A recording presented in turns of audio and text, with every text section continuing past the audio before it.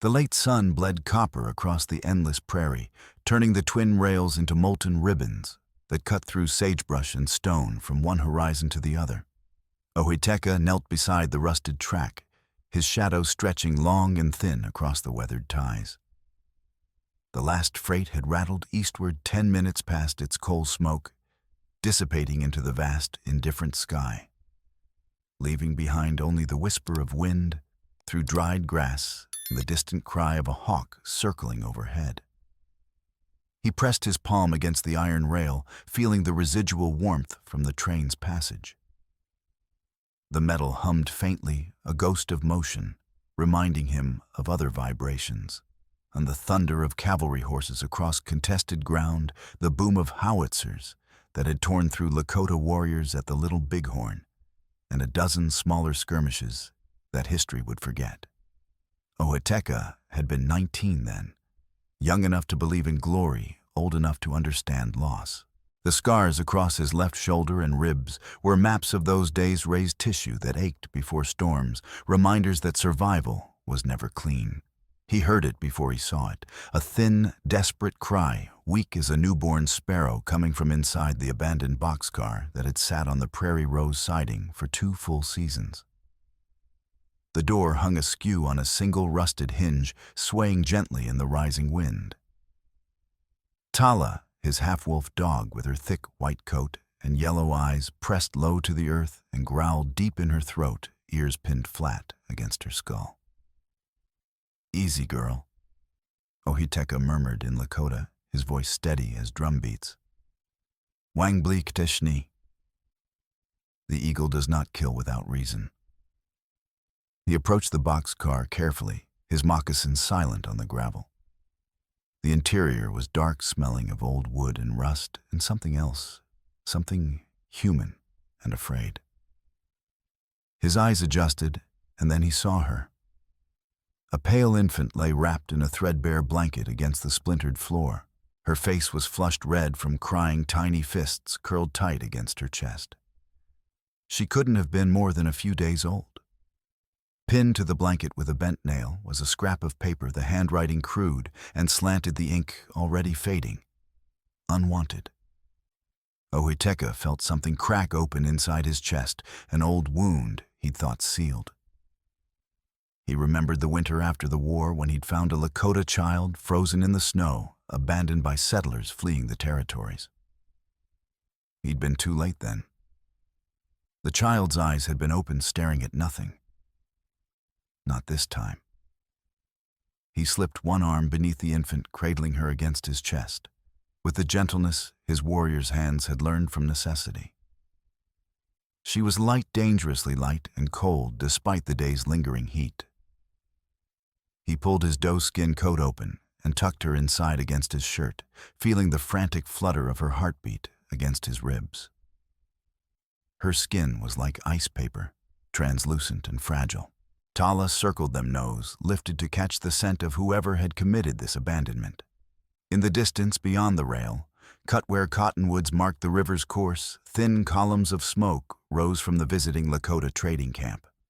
His people had gathered here for the season's final exchange before winter locked the roots, a temporary village of 20 lodges, mostly Oglala and Brule families, seeking to trade buffalo robes and beadwork for flour, coffee, and iron tools. Closer to the tracks, the town of Prairie Rose squatted like a collection of broken teeth, false front buildings, crooked porches, narrow alleys that smelled of horse manure and human waste.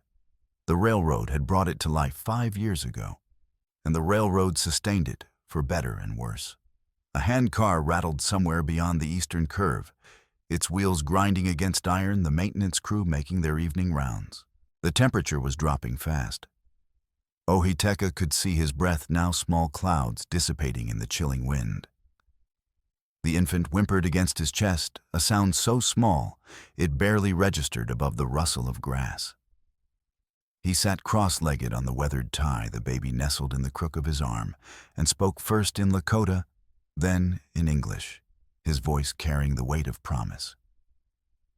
"Mitakuye o yashin, we are all related. You're alone no more. You're my daughter now." The words hung in the cooling air, solid as stone.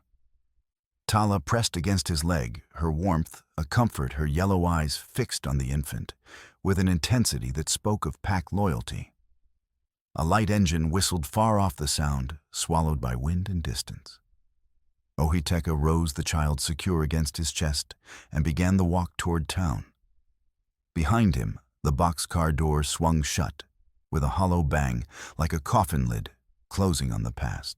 As he walked, he thought of the war, not the glory the newspapers had promised, but the grinding reality of it.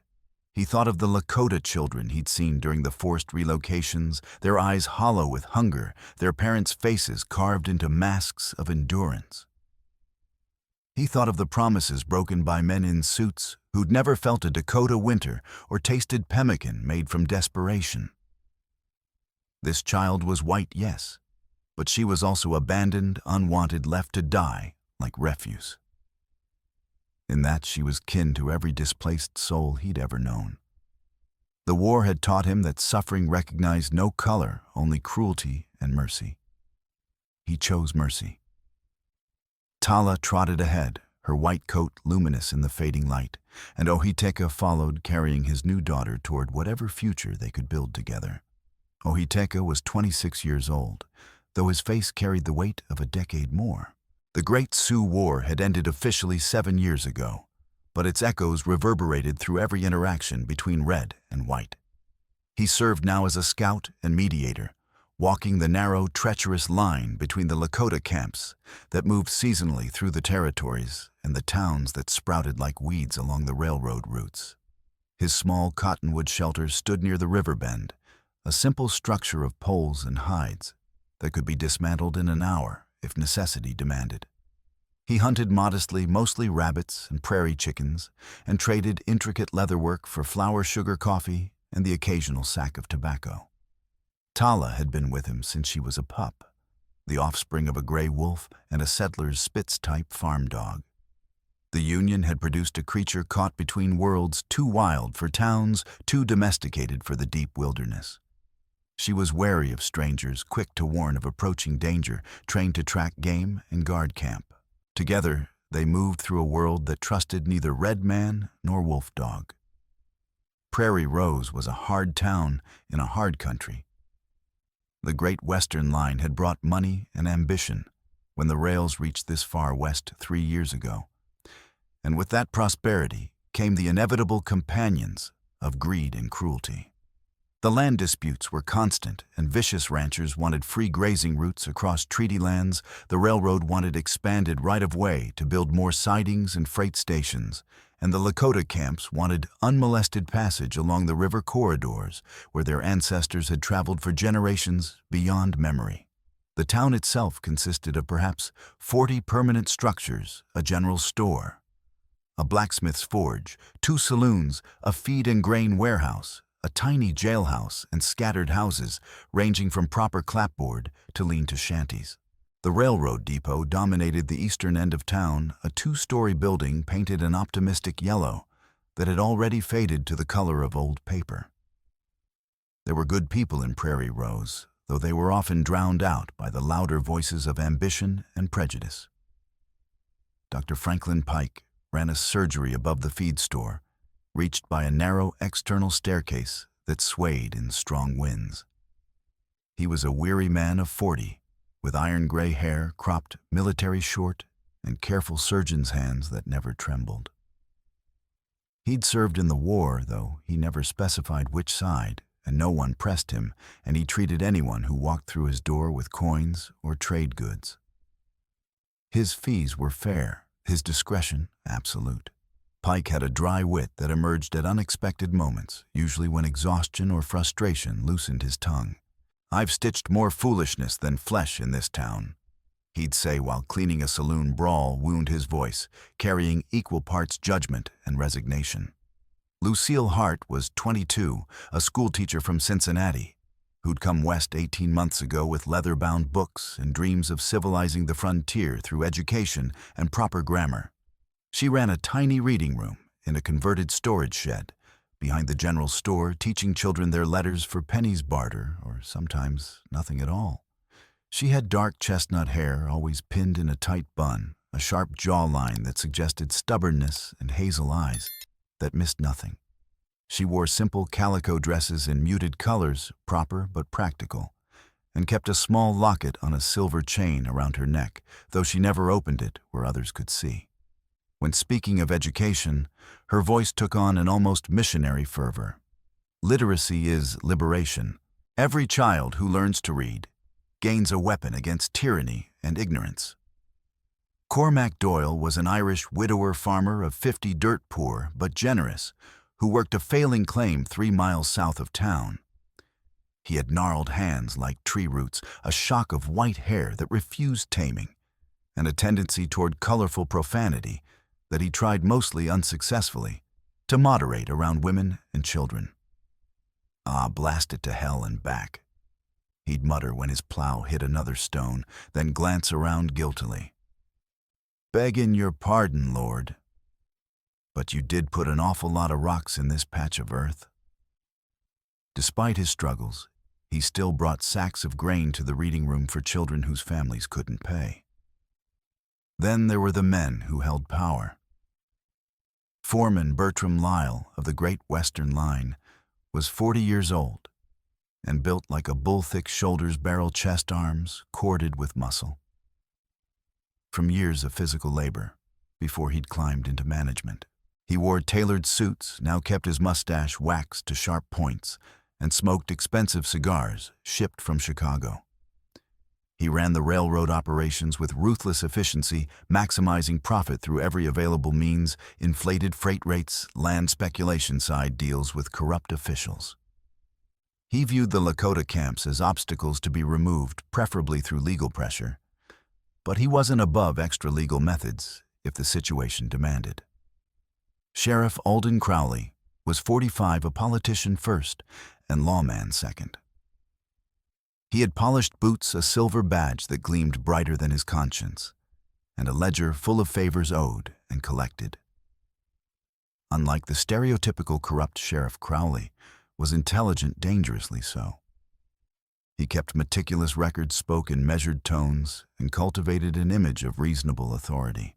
He kept the peace when it suited him, breaking up saloon fights, arresting drunks, occasionally pursuing horse thieves.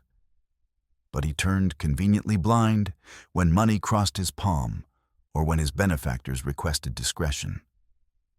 His ambition extended beyond Prairie Rose.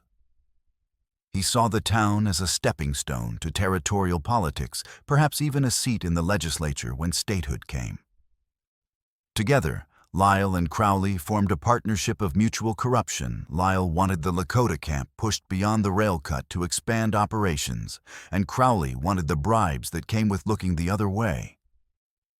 But Ohiteka would later learn that Crowley's ambitions went deeper still.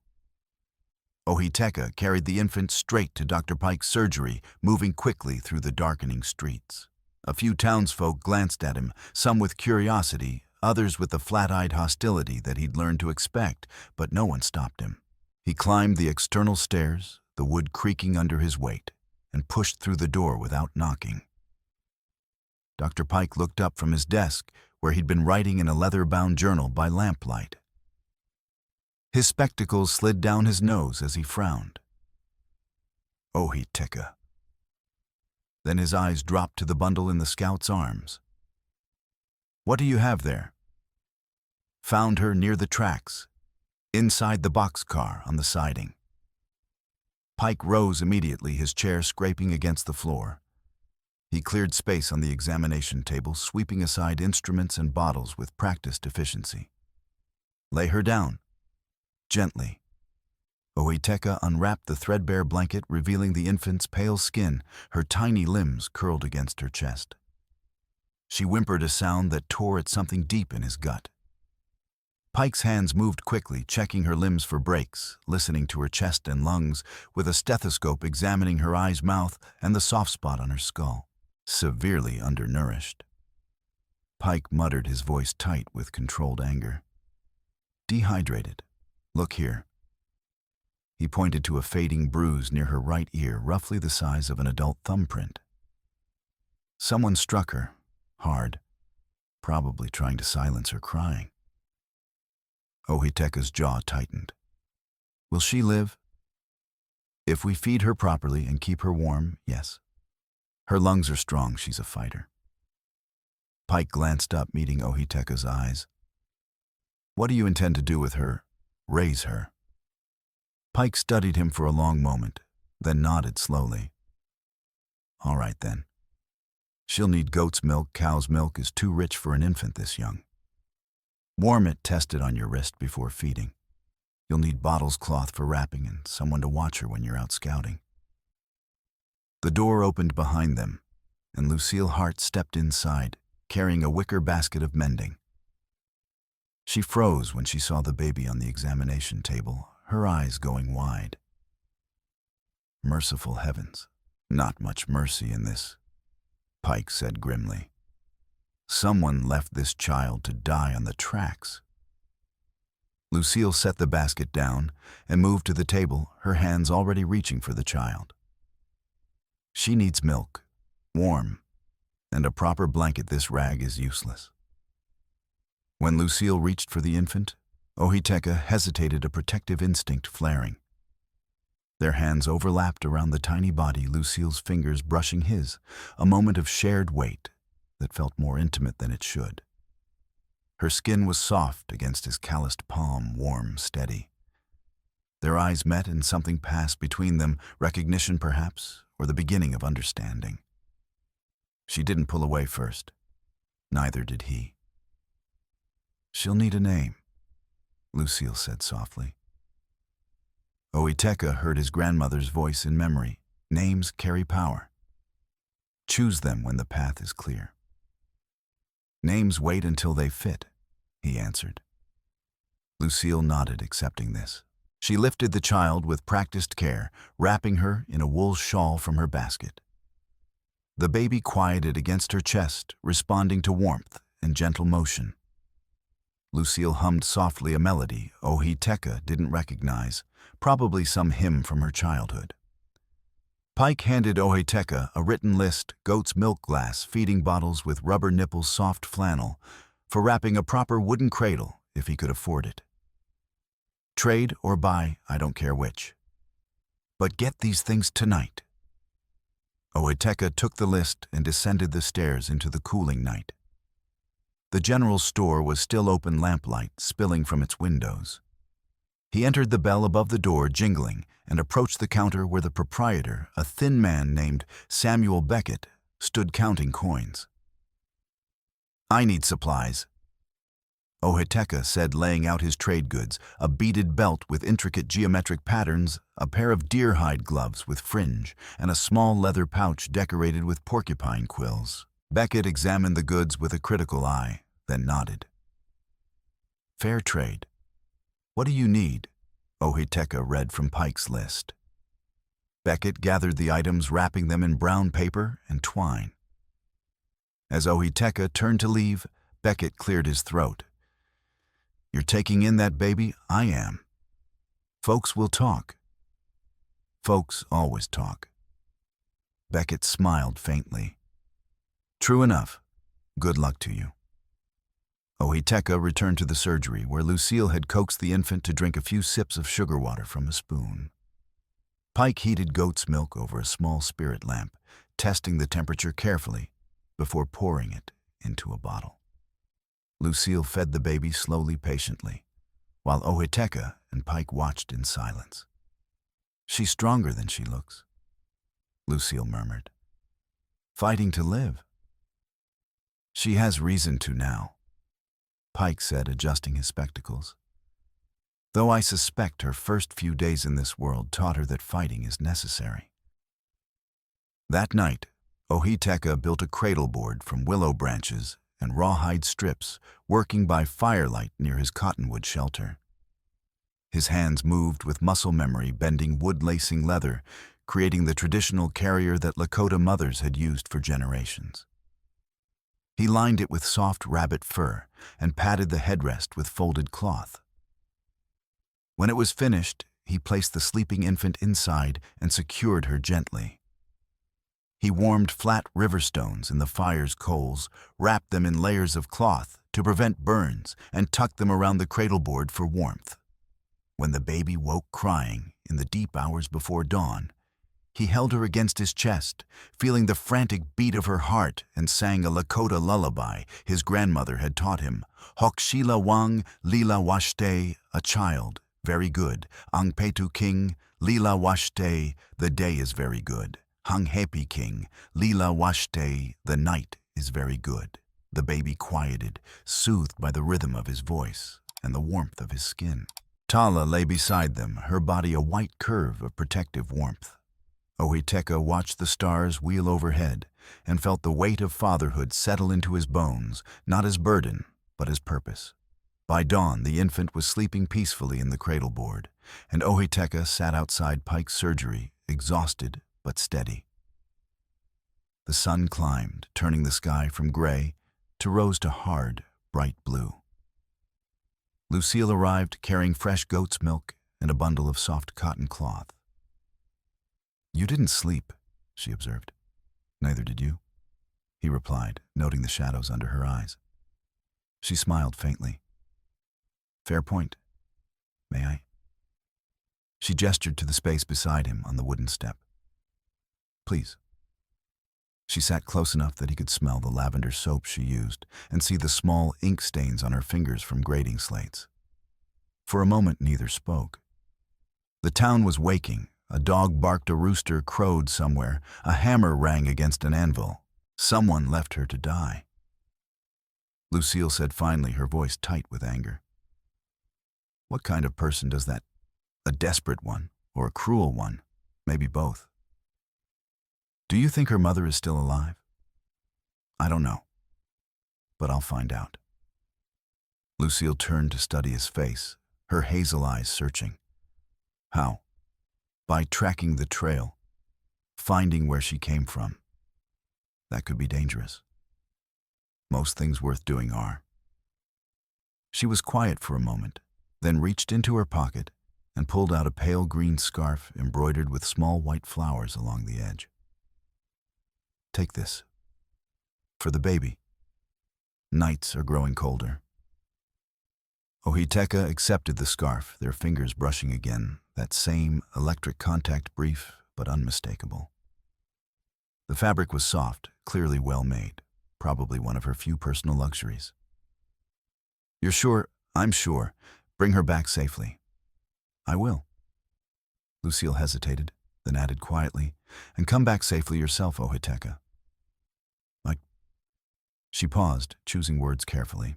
"The world needs more men like you. Men who see a child suffering and choose to act." He met her eyes and saw something there beyond simple kindness, a recognition, perhaps, of shared values in a world that often rewarded the opposite. "Thank you, Miss Hart." "Lucille?" she corrected. "Please." "Lucille, then. And I'm just Ohiteka. No titles needed." She smiled, genuine this time, reaching her eyes. "Ohiteka it is." He rose, the cradle board secure on his back, and turned toward his shelter. But her voice stopped him once more. "Ohiteka, one more thing." She touched the locket at her throat, her expression clouding.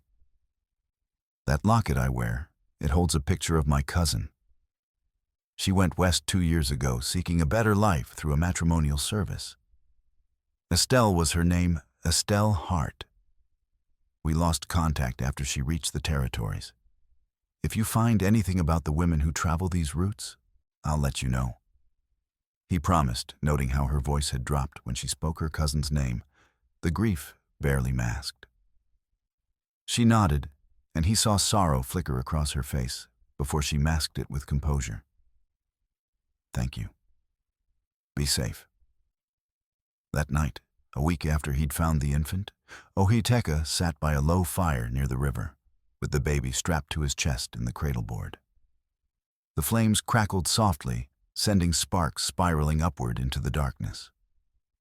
The temperature had dropped sharply after sunset winter's advance scouts probing the prairie's defenses. Tala lay with her head on her paws, eyes half closed, ears swiveling at every distant sound. Suddenly, Tala's head snapped up. A growl rumbled deep in her throat, vibrating with warning. She stood, hackles raised, staring toward the abandoned boxcar on the siding. Ohiteka rose smoothly, one hand on the knife at his belt. "Stay," he commanded in Lakota. Yungkang. He moved through the darkness, with the silence his people had perfected over generations, boots making no sound on the frost-stiff grass. The boxcar door was open wider now, swaying in the rising wind, with a rhythmic creak that sounded almost like breathing. He paused at the threshold, letting his eyes adjust to the deeper darkness within. Moonlight filtered through gaps in the roof, painting silver stripes across the interior. He stepped inside, scanning carefully. Blood, a small smear on the splintered floor, almost black in the dim light. He knelt, touching it with 2 fingers. Dried, but not old. A few days, maybe a week. Beside the bloodstain lay a carpet bag, the fabric torn at one corner, the brass clasp broken. Ohiteka opened it carefully. Inside, a registry page from a mail-order bride agency, printed on cheap paper with fading ink. The header read, "Heartland Matrimonial Services, Dry River Territory, connecting refined ladies with frontier gentlemen since 1867. A list of women's names ran down the left side of the page, each paired with a date, a destination, and a sum of money. Most entries were crossed out with heavy black ink. His finger traced down the list, stopping at one name that wasn't crossed out. Estelle Hart, Prairie Rose, $47 wired. Hart, the same surname as Lucille. His chest tightened. Tucked deeper in the bag was a pale blue ribbon silk with delicate initials stitched in white thread, CH. The needlework was exquisite, tiny, careful stitches that spoke of patience and skill, the kind taught to young women of means in finishing schools back east. And beneath it, a second note, different handwriting from the unwanted message, this one sharp, angular, businesslike, "Deliver by dawn, Prairie Rose siding." Usual terms. Ohiteka folded the note and registry page, carefully slipping them into his leather pouch. The ribbon he held for a moment, studying the embroidery in the moonlight. These weren't the hasty marks of someone desperate. These were the practiced stitches of a woman trained in needlework, probably from a family with enough wealth to provide such education. This wasn't a mother abandoning her child in desperation. This was a drop point used repeatedly. Someone had a system acquire women through false promises, extract money, exploit them, then dispose of inconvenient evidence, the children born from resulting pregnancies. He returned to his fire, his mind working through possibilities. Tala pressed against his leg, sensing his tension. The baby slept on, oblivious to the dark machinery her brief life had been caught in. By morning, Ohiteka had made his decision. He wrapped the evidence, carefully secured the cradle board on his back, and walked to Sheriff Crowley's office as the town was waking. The jailhouse was a squat stone building at the south end of the main street, its barred windows like dead eyes staring at nothing. Crowley sat behind his desk boots, propped on the scarred wood, a tin cup of coffee steaming in one hand. He was reading a week-old newspaper from Cheyenne, his silver badge catching the lamplight. He glanced up as Ohiteka entered, his expression shifting from boredom to barely concealed irritation. "Ohiteka," Crowley said, not bothering to stand or remove his boots from the desk. "What brings you in so early?" Ohiteka set the carpet bag on the desk with a soft thump. "Found this in the boxcar, same place I found the baby." Crowley glanced at the bag without touching it. "And there's a registry inside. A mail-order bride scheme. Women who wire money and then disappear. Someone's white slaving ring them, taking their funds, exploiting them, dumping the evidence when things get complicated."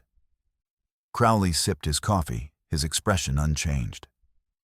"That's a serious accusation. You have proof? The registry, the note, the ribbon with initials." Circumstantial at best. Crowley finally lowered his feet and leaned forward, steepling his fingers. Look, I understand you're upset about finding that baby. Decent of you to take her in, I suppose. But without a formal complaint from an actual victim, there's nothing to investigate. No crime, no case. The door swung open, and Lucille Hart entered, her expression tightly controlled, but her eyes blazing. She'd clearly been waiting outside listening. A baby abandoned on railroad tracks to die of exposure is a complaint, Sheriff. A screaming, undeniable complaint. Crowley sighed, the exaggerated patience of a man forced to explain simple concepts to simpletons. Miss Hart, I appreciate your concern for the unfortunate, truly I do. But unless someone files a formal accusation, a named victim, with evidence of a specific crime, my hands are tied. That's how the law works. Then I'm filing one, Lucille said, stepping forward. On behalf of the child. On behalf of every woman on that list who never reached her destination. On what legal standing? Crowley's voice sharpened slightly, but his face remained calm and the measured response of a man confident in his position. You're not the child's mother. You're not related to any of the women on that supposed list. You have no standing. I have a moral obligation. Moral don't pay my salary, ma'am. Legal does. And legally, you've got nothing. Crowley stood, signaling the conversation's end. Now, if you'll excuse me, I have actual work to do. Ohiteka picked up the carpetbag, slowly meeting Crowley's eyes. Then I'll find proof you can't ignore. You do that, Crowley said, his tone dismissive. But do it quietly. I don't need vigilante justice stirring up trouble in my town. Outside, Lucille caught Ohiteka's arm, her grip surprisingly strong. He's protecting someone. I know. The registry mentioned Dry River. That's 3 days hard ride north. 2 if I push and the weather holds. Lucille hesitated, worrying her lower lip between her teeth, a gesture of indecision Ohiteka suspected she rarely displayed. This is dangerous, Ohiteka. If there's an organized scheme, the people running it won't hesitate to silence anyone who threatens their operation. I've faced worse than criminals. Have you men without conscience are often more dangerous than men with honor. At least an honorable enemy follows rules. He studied her face, seeing genuine concern there, and something shifted in his chest. Why does this matter so much to you? Her hand moved unconsciously to the locket at her throat, fingers tracing its outline. I told you about my cousin Estelle. We weren't close, but she was family. She left Ohio full of hope, believing the promises in the matrimonial advertisements. A new life in the West, a partnership with a respectable gentleman, security and comfort. Her voice caught. And then, silence. My aunt wrote letters, sent telegrams, heard nothing. Eventually, we assumed the worst, that she'd died of fever or accident, that the West had claimed her like it claims so many. She paused, her voice dropping. But what if it wasn't the West that claimed her? What if it was something worse, something deliberate? Ohiteka covered her hand with his, a brief pressure of understanding. If I find anything about her, I'll bring word. Thank you. She pulled the green scarf from her pocket again. Take this. For the baby. The nights are growing bitter. He took the scarf, their fingers lingering together for a heartbeat longer than necessity required. I'll come back, Lucille, with answers. See that you do, she said, attempting lightness, but not quite achieving it. The world needs more answers and fewer mysteries. Ohiteka made the journey to Dry River and back over the next week, pushing hard despite his bruised leg from the river crossing and the infant's needs.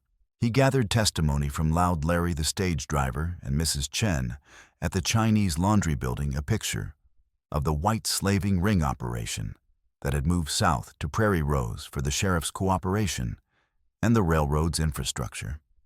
When he returned, he found Lucille had been busy during his absence. She'd compiled a ledger of missing women, 37 names over 2 years, including Estelle Hart.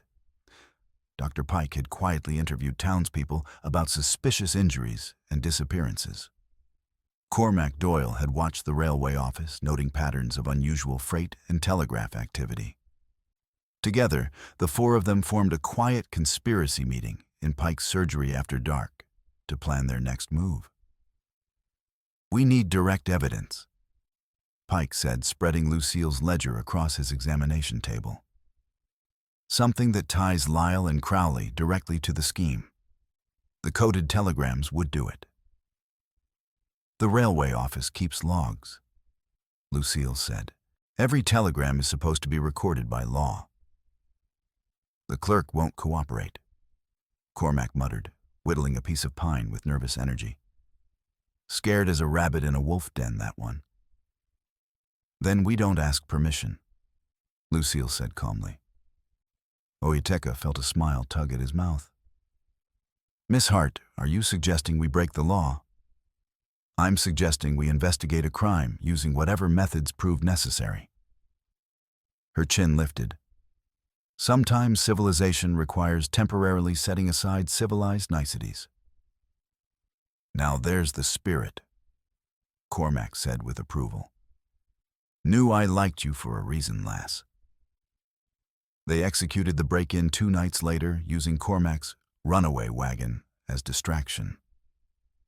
Oiteka and Lucille slipped into the railway office through the back door, and she worked with impressive speed, her fingers flying through files while Oiteka kept watch. She found the coded telegrams within 10 minutes, dozens of them all following the same pattern. Delivery confirmed, payment due. Package damaged, return impractical. Final solution recommended. One telegram dated 6 months prior made Lucille's hands shake. Package E Hart damaged beyond repair, return to sender impractical, recommend final solution. Confirm disposal arrangements. They took copies of everything and escaped undetected. Over the next 3 days, they decoded the pattern in Pike's surgery, working late into the nights. The evidence was damning. Women wired money to Prairie Rose addresses, controlled by Lyle's shell companies. Telegrams confirmed deliveries using coded language. Problems were noted when women resisted or became pregnant. And disposals were arranged through terse, businesslike messages. "We take this to Judge John," Pike said. "He's honest. He'll act." "Jan's on circuit," Lucille said. "Won't be back for 3 days." But before they could reach the judge, Sheriff Crowley arrested Oiteka on fabricated charges: assault on railway officials, disturbing the peace, theft of railway property. They threw him into the jail cell, a small stone room with a single barred window. Crowley personally searched him, confiscating the copies of the telegrams he'd been carrying. "Evidence," Crowley said, waving the papers mockingly. "I'll keep these real safe, locked up tight where no one can find them." But Crowley made a crucial mistake. He didn't know Pike still had the originals. Lucille visited that afternoon with food slipping a tin plate through the bars. Their fingers touched, and he felt her trembling. "Are you hurt?" she asked quietly. "Bruised ribs where they shoved me. Nothing broken." He searched her face. "The baby. Safe. Hidden at Cormac's farm. Tala's with her, wouldn't leave even when I tried." Relief flooded through him. "The evidence? Pike has it. We're taking it to Judge John the moment he returns."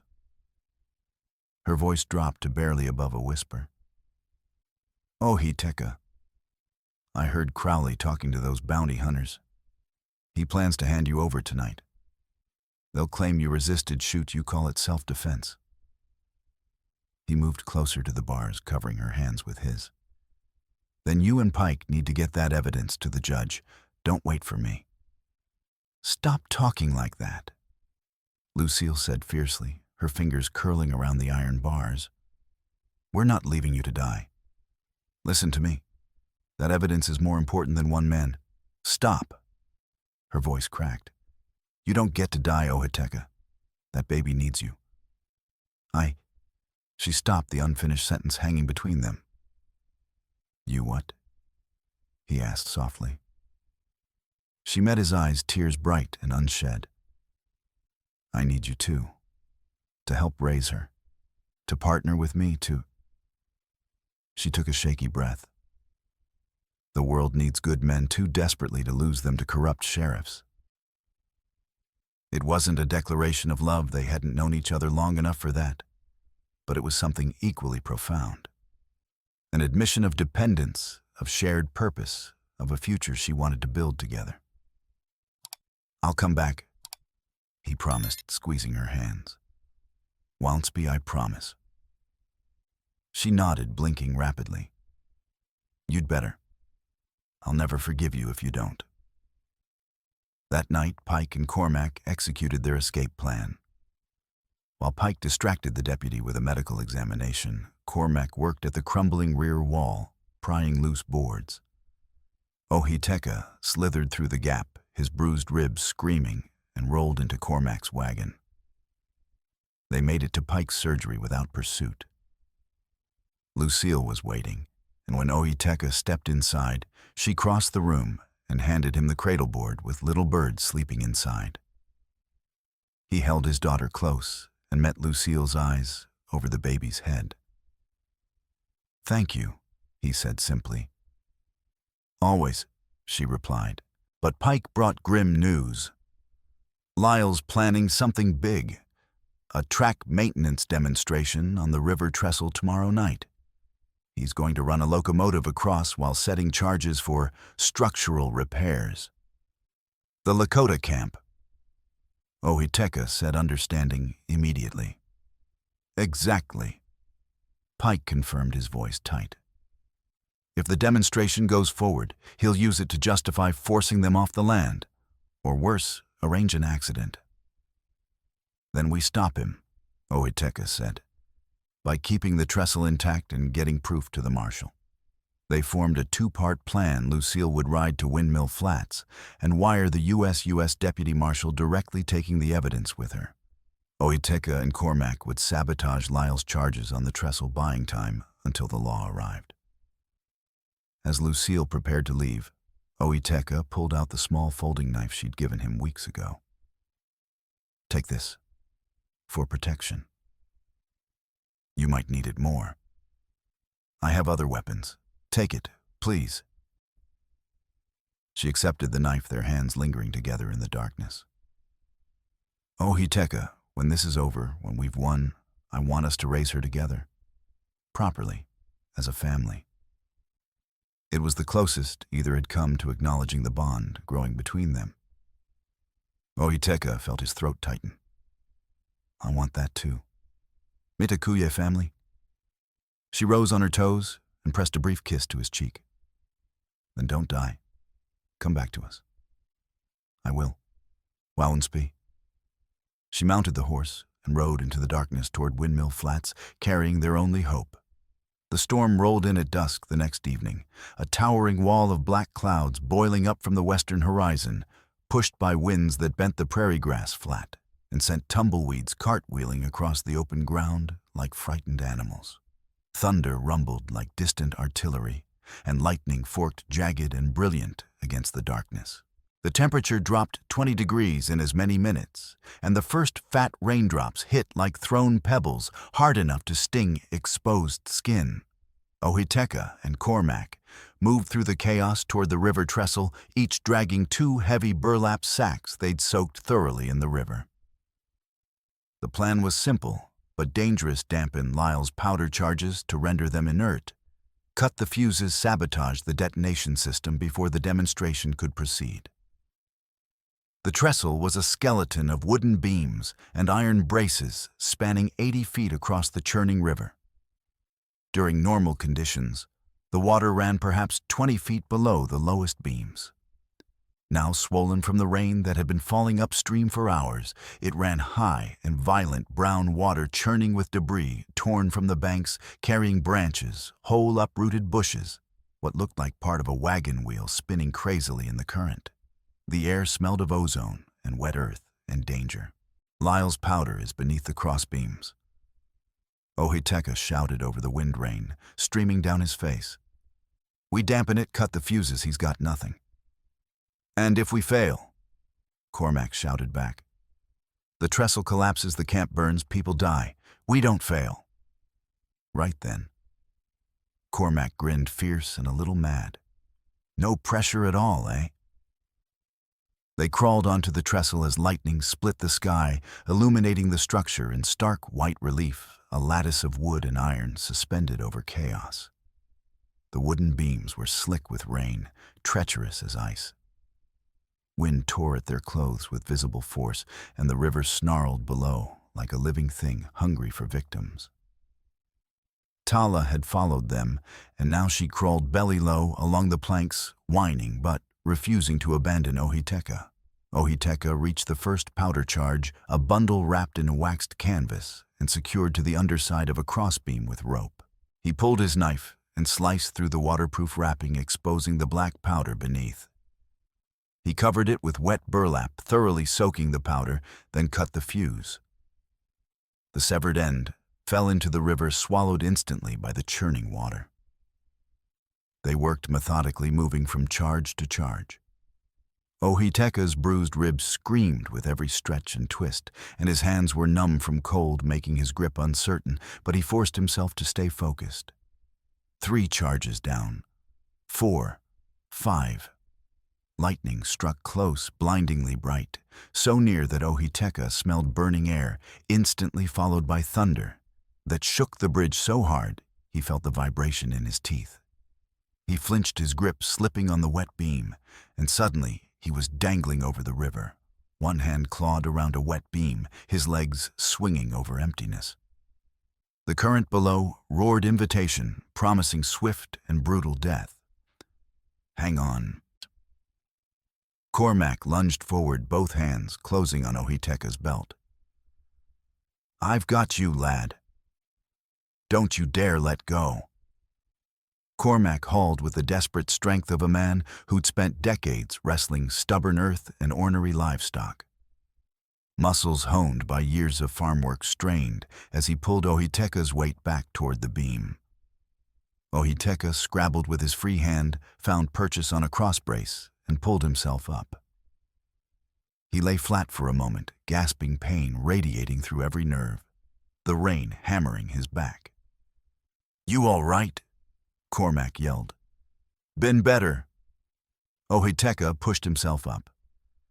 2 more charges. They finished the remaining explosives, 7 in total, positioned to bring down the entire span if detonated, and were crawling back toward solid ground when multiple shouts cut through the storm like knives. Well, looks like we've got saboteurs. Ohiteka's blood ran cold. That wasn't Lyle's voice, it was Sheriff Crowley. He turned his head, rain streaming into his eyes, and saw figures emerging from both ends of the trestle. At the far end stood Foreman Lyle, beside a small switching locomotive, steam hissing from its boiler, its single headlamp cutting a cone of light through the rain. But at the near end, blocking their escape, stood Sheriff Crowley, and with him Mighty Mike and Limping Luke, the bounty hunters, who'd been searching for the baby. All 3 had revolvers drawn, the metal gleaming dully in the intermittent lightning. Thought you were smarter than this, Ohiteka. Crowley called, his voice carrying easily despite the storm. He sounded almost amused, confident. Thought you'd run. Instead, you've made this remarkably convenient. Crowley. Lyle's voice boomed from the far end. What the hell are you doing here? Same thing you are, Bertram, Crowley shouted back. Protecting my investment, except you've become a liability. Nor. Ohiteka understood with sickening clarity this was Crowley's play. The sheriff hadn't come to stop Lyle or help him. Crowley had come to eliminate. Everyone let Lyle and Ohiteka fight each other in the chaos, then finish off whoever survived. With both dead, Crowley could claim he'd killed a criminal, Ohiteka, and that Lyle had died in a tragic accident. The white slaving ring operation would become Crowley's alone to control. "You backstabbing snake!" Lyle roared, climbing into the locomotive's cab. "I made you, and now I'm remaking myself."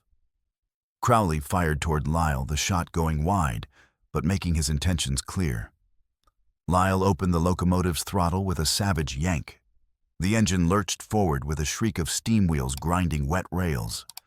Ohiteka and Cormac were trapped in the middle, Crowley and two armed killers behind them, a runaway locomotive bearing down from ahead, the raging river beneath. "What's the play, lad?" Cormac yelled, his back pressed to Ohiteka's. "Survive," Ohiteka said grimly. "Whatever it takes." Mighty Mike fired first, the bullet whining past Ohiteka's ear. He dove flat, grabbing the pry bar still wedged in his belt from earlier work. Cormac rolled sideways, pulling a hatchet from his coat, a farmer's tool but deadly enough at close range. The trestle became a battlefield of chaos and calculated violence. Ohiteka knew he couldn't win through strength, not against 3 guns. But he could use the storm, the unstable footing, the poor visibility. He could use their greed against them. He scrambled along the beam toward the locomotive, staying low. Lyle saw him and fired wildly from the cab. But the motion of the train and the rain made aim impossible. The bullet sparked off iron bracing. Behind him, Cormac engaged the bounty hunters, swinging his hatchet in tight arcs that forced them to move carefully on the slick beams. "Come on, then," Cormac roared. "Let's see if you can fight something that fights back." Crowley held back, letting his hired guns take the risk, his revolver tracking movements with cold calculation. The locomotive was 20 feet away, now 15, grinding forward. Ohiteka reached the warped section where he'd planted the pry bar earlier. With desperate speed, he levered the iron plate loose, not to derail the train yet, but to create an obstacle. The front wheels hit the gap and shrieked protest, the locomotive slowing but not stopping. Lyle opened the throttle wider, and the engine ground forward with catastrophic momentum. Ohiteka used the distraction. He grabbed a loose crossbrace, rotten wood barely attached, and hurled it at limping Luke. The board caught the bounty hunter across the shins, and Luke stumbled backward with a curse, his foot slipping off the beam. He fell with a scream that was swallowed by the river. "Luke!" Mike roared, turning toward where his partner had fallen. It was the opening Cormac needed. He lunged forward and drove the hatchet into Mike's gun arm. The big man howled, his revolver clattering away into the darkness, and Cormac shoved him hard. Mighty Mike went over the side, his scream cutting off abruptly as the current took him. But Crowley was smarter than his hired guns. He'd moved during the chaos, positioning himself behind a support pillar, using it for cover. Now he emerged revolver level, aimed at Ohiteka. "End of the line, Scout." Crowley said, his voice eerily calm despite the storm. "You should have stayed out of white man's business." The locomotive bore down 5 feet from Ohiteka, now its headlamp blinding. He had seconds to decide, face Crowley's gun or the train. He chose neither. Ohiteka dove sideways off the beam, grabbing a lower crossbrace with both hands and swinging underneath the trestle like an acrobat. His wounded shoulders screamed, and his grip was slippery with rain. But he held on. Crowley fired, but the bullet hit where Ohiteka had been splintering wood. The locomotive ground past overhead. Lyle hunched in the cab, and Ohiteka saw his chance. As the engine passed, he swung back up onto the main beam behind it, using the train itself as cover between him and Crowley.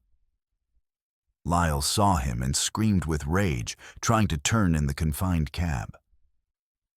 But Ohiteka was faster. He planted the pry bar into another cracked tie directly under the locomotive's rear wheels, and levered with all his remaining strength.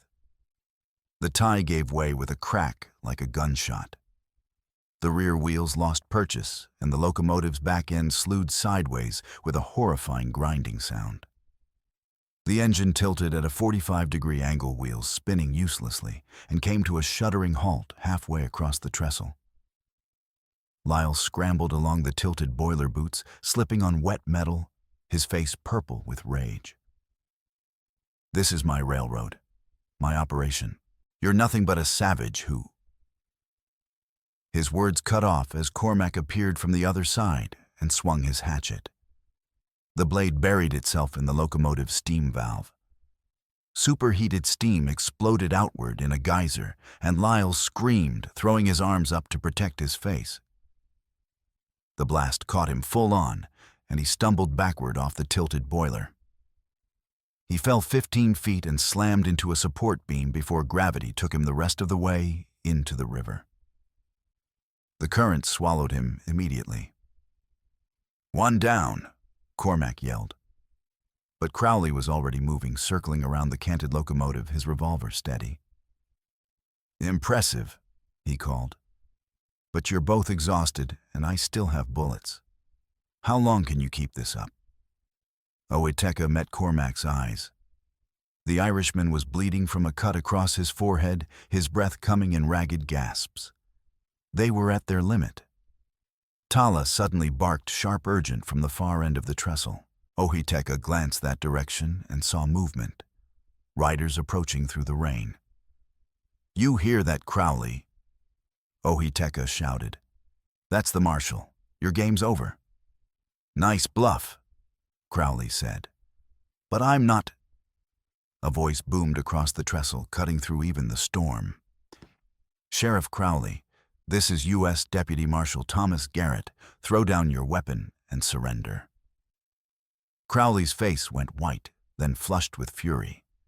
He spun toward the approaching riders. There were at least a dozen of them, led by a man wearing a marshal's badge that caught the lightning flashes. And at the front, riding like vengeance itself, was Lucille Hart. Crowley made his decision in an instant. Instead of surrendering, he raised his revolver and fired at the marshal's party, a desperate, futile gesture. Marshal Garrett's deputies returned fire. The volley caught Crowley in the chest and shoulder, spinning him sideways. He grabbed for a support beam, but his hand slipped on the wet wood. For one stretched moment, the sheriff hung suspended between the trestle and the river, his eyes wide with disbelief. Then he fell. The river took him just as it had taken the others, Lyle the bounty hunters, all claimed by the same dark water that had been both barrier and executioner throughout the night. Owiteka collapsed onto the beam, every muscle shaking, pain radiating from his shoulder and ribs in waves. Cormac crawled over and sat beside him, bleeding and exhausted, but alive. "We did it," Cormac said wonderingly, rain streaming down his face. "Sweet, merciful. We actually did it." "We did," Owiteka agreed, his voice barely above a whisper. The marshal's party reached the trestle, and Lucille dismounted before her horse had fully stopped. She ran to the edge, her eyes scanning frantically until she spotted them.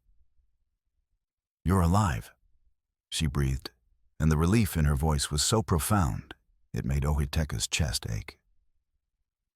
"Barely," Cormac muttered. "But we'll take it." They didn't make it back to town that night.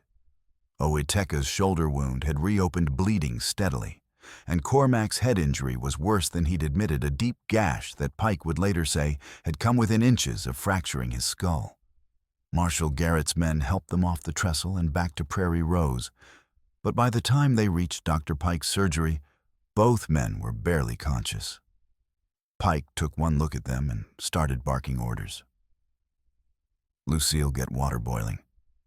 Judge John, I need your help holding him down, and this is going to hurt. Marshal, your men can secure the town, but everyone else needs to get out of my surgery now." The night dissolved into fragments of pain and darkness. Owiteka felt Pike's needle stitching his shoulder. felt Lucille's cool hand on his forehead, heard Cormac cursing creatively in Irish Gaelic from the other examination table. He slipped in and out of consciousness fever, burning through him. At some point, hours later, or maybe minutes, he couldn't tell. He heard Lucille's voice close to his ear. "Don't you dare die on me now. Not after everything. We have a daughter to raise, remember you promised. Walensby, you said." He tried to answer, but darkness claimed him again. He woke to pale morning light, filtering through Pike's surgery windows. His shoulder throbbed with a steady, bearable ache, the kind that meant healing rather than infection. Cormac sat in a chair against the far wall, his head wrapped in bandages, snoring softly. Lucille sat beside Ohiteka's bed, the cradle board with little Bird in her lap. She'd been dozing but woke when he stirred, her eyes snapping open. "You're awake?" she said, and her voice broke slightly on the words. "I am." His throat was dry, the words coming out as a rasp. She helped him drink water, holding the cup steady while he sipped. When he finished, she set it aside and just looked at him, her eyes bright with unshed tears. "You scared me," she said finally. "Both of you. Pike said if we'd been an hour later bringing you in. But you weren't." He reached up with his good hand and covered hers. "You rode through a storm to save us. You got through." "I made it to Windmill Flats by dawn," she said. "Sent the wire directly to Marshal Garrett. He was already investigating reports of white slaving ring in the territories. Our evidence gave him everything he needed for warrants. He mobilized immediately. The evidence, still with the Marshal. More than enough to prosecute the entire operation. They've already arrested 7 people connected to the scheme." She paused. "The bodies? Lyle Crowley, the bounty hunters? They found them downstream this morning, snagged in a deadfall." Ohiteka nodded slowly. "Justice delivered by the river." "How long have I been here?" "A day and a night. It's morning now, the second day after the storm." She squeezed his hand. "Ohiteka, there's something you need to know. While you were unconscious, a woman arrived from Cedar Falls. Margaret Holloway, she runs a women's refuge." Lucille's voice caught slightly. "She brought Estelle's belongings. My cousin died 6 months ago in a rooming house from fever. She was pregnant when she died. The baby is hers. That telegram we found, package E heart damaged beyond repair. They were talking about Estelle after she died. Someone from the scheme took her baby and dumped it on the tracks to eliminate evidence." Ohiteka absorbed this feeling, the pieces finally lock into place. "Then little Bird is your blood?" "Yes." Tears spilled down Lucille's cheeks. "My cousin's daughter. The baby Estelle wanted but never got to hold." She looked down at the sleeping infant. Margaret brought Estelle's journal. The last entry said, "If my baby lives, tell her I tried. Tell her I wanted her. Tell her she was never unwanted." "She's wanted now," Ohiteka said firmly. "By both of us." Lucille nodded, wiping her eyes. "Margaret's staying in town for a few more days. She wants to meet with us to make sure the guardianship is properly established, that little Bird will be safe and loved." "She will be," Ohiteka said. "We'll make sure of it." 3 days later, when Ohiteka could finally walk without assistance, they stood before Judge Obadiah John in the small courthouse. Margaret Holloway sat in the front row as witness. The guardianship papers were signed first, making both Ohiteka and Lucille legal guardians of Estelle Little Bird, daughter of Estelle Hart, deceased. But they didn't stop there. "There's a precedent," Judge John said carefully, looking at them over his spectacles, "for common law arrangements in frontier territories. If 2 people live together, present themselves as married share resources and responsibilities, the law recognizes that as a binding relationship. He drew out another form. This is an entry in the county record acknowledging a common law union recognized under territorial law. It provides legal protections for both parties and any children in the household. It's not traditional marriage, but it's binding and legal. Ohiteka and Lucille signed together, their hands overlapping on the pen. Dr. Pike and Cormac witnessed Cormac still wearing his head bandages, but grinning broadly. "You've earned this," Judge John said, simply shaking both their hands. "The partnership and the family. Go build something good." The trials took 3 weeks. Marshal Garrett prosecuted with territorial authority, and the evidence was overwhelming. 2 men were hanged for murder, the brokers who directly killed women trying to escape. The others received 15 to 20 years in the territorial prison, with financial restitution ordered for victims' families. The Lakota camp remained by the river, their presence now protected by official decree. The elders sent gifts: a decorated cradleboard, soft deer hide wrappings for the baby, and a new bow carved from Osage orange. They called Little Bird Wichapi Kingyala, New Star, because she represented hope born from darkness. Ohiteka and Lucille established a routine, mornings at his shelter by the river, where he taught the baby Lakota songs and worked his leather. Afternoons at Lucille's reading room, where she taught and he helped with repairs. Evenings shared between Pike's surgery, Cormac's farm, and their own small space. They built a life, not the one either had expected when they came west, but one that fit them. It was built on survival, on shared crisis transformed into shared purpose, on the slow discovery that necessity could become love if you gave it time and care. 4 weeks after the storm, on a cool morning, when autumn's first breath touched the prairie, they stood together outside the boxcar, where everything had begun. Little Bird Estelle. Little Bird sat in the cradleboard on Ohiteka's back, now 4 months old, her eyes bright and curious. Someone had painted the boxcar white and added a message in memory of those lost, in hope for those saved. "She'll ask questions someday," Lucille said quietly, "about where she came from, who her mother was. And we'll answer honestly," Ohiteka replied. "We'll tell her about Estelle Hart, who wanted her and tried to save her.